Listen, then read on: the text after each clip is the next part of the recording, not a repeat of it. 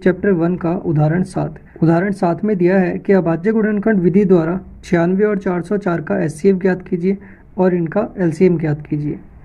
तो यहाँ पर हमें 96 और 404 का अभाज्य गुणनखंड विधि द्वारा एचसीएफ और एलसीएम दोनों ज्ञात करना है। तो यहाँ पर हम क्या करेंगे, सबसे पहले 96 और 404 का अभाज्य गुणनखंड निकालेंगे। ठीक है,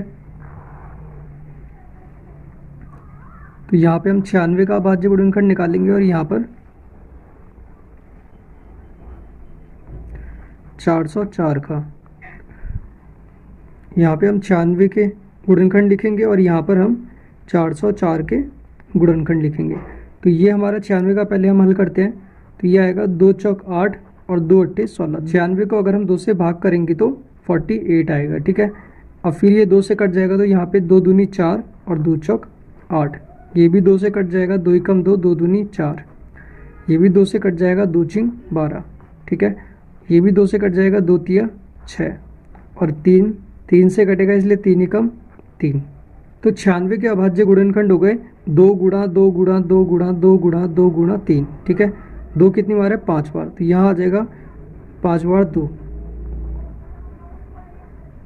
गुणा 3 और यहाँ 2 जो है वो 5 बार है, इसलिए हम इसे ये भी लिख सकते हैं 2 की पावर 5 गुणा 3। अब यहाँ पर देखते हैं 404 का। 404 पहले 2 से कट जाएगा, 2 दूनी 4, 0 का 0 आ जाएगा, 2 दूनी 4 और 202 जो है ये भी 2 से कट जाएगा, 2 एकम 2, 101 आ गया। अब 101 किसी और से नहीं कटेगा। ठीक है, ये सिर्फ 101 से ही कटेगा, तो यहाँ आ जाएगा 101।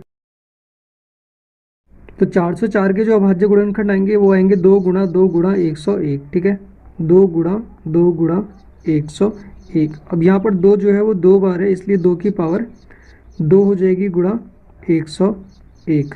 अब सबसे पहले हम निकालेंगे इसका एचसीएफ। कौन कौन से नंबर हैं यहाँ पर हमारे पास, 96 और 404 का। तो एचसीएफ निकालने के लिए हमें क्या देखना होगा, ये जो अभाज्य गुणनखंड हमारे आए हैं, ठीक है, ये और ये, इनमें हमें सबसे पहले उभयनिष्ठ संख्या देखनी पड़ेगी। उभयनिष्ठ का मतलब है जो दोनों में दी हुई हो। ठीक है, तो यहाँ पर भी 2 दिया है और यहाँ पर भी 2 दिया है, तो 2 जो है वो दोनों में उभयनिष्ठ है।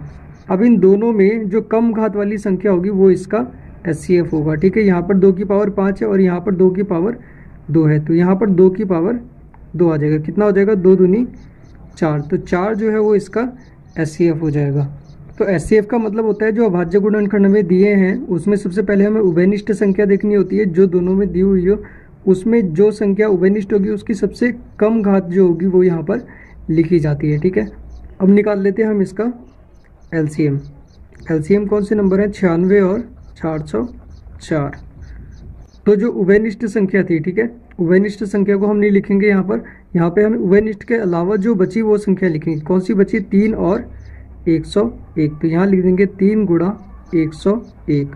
अब यहाँ गुणा, अब ये जो उभयनिष्ठ संख्या थी इसमें जो ज़्यादा पावर वाली संख्या केवल वही यहाँ लिखेंगे। ठीक है, इसमें पावर 2 है और इसमें पावर 5 है, तो यहाँ पे लिखेंगे 2 की पावर 5। अब इसकी गुणा कर देते हैं, 3 की इससे करेंगे, ये आ जाएगा 303 गुणा 2 की गुणा 5 बार, मतलब 2 गुणा 2 गुणा 2 गुणा 2 गुणा 2, 2 की गुणा 5 बार, तो 303 गुणा 2 दूनी 4, 4 दूनी 8, 8 दूनी 16, 16 दूनी 32।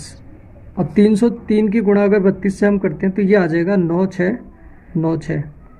तो ये हो जाएगा इन दोनों संख्याओं का एलसीएम और ये हो जाएगा इन दोनों संख्याओं का एचसीएफ।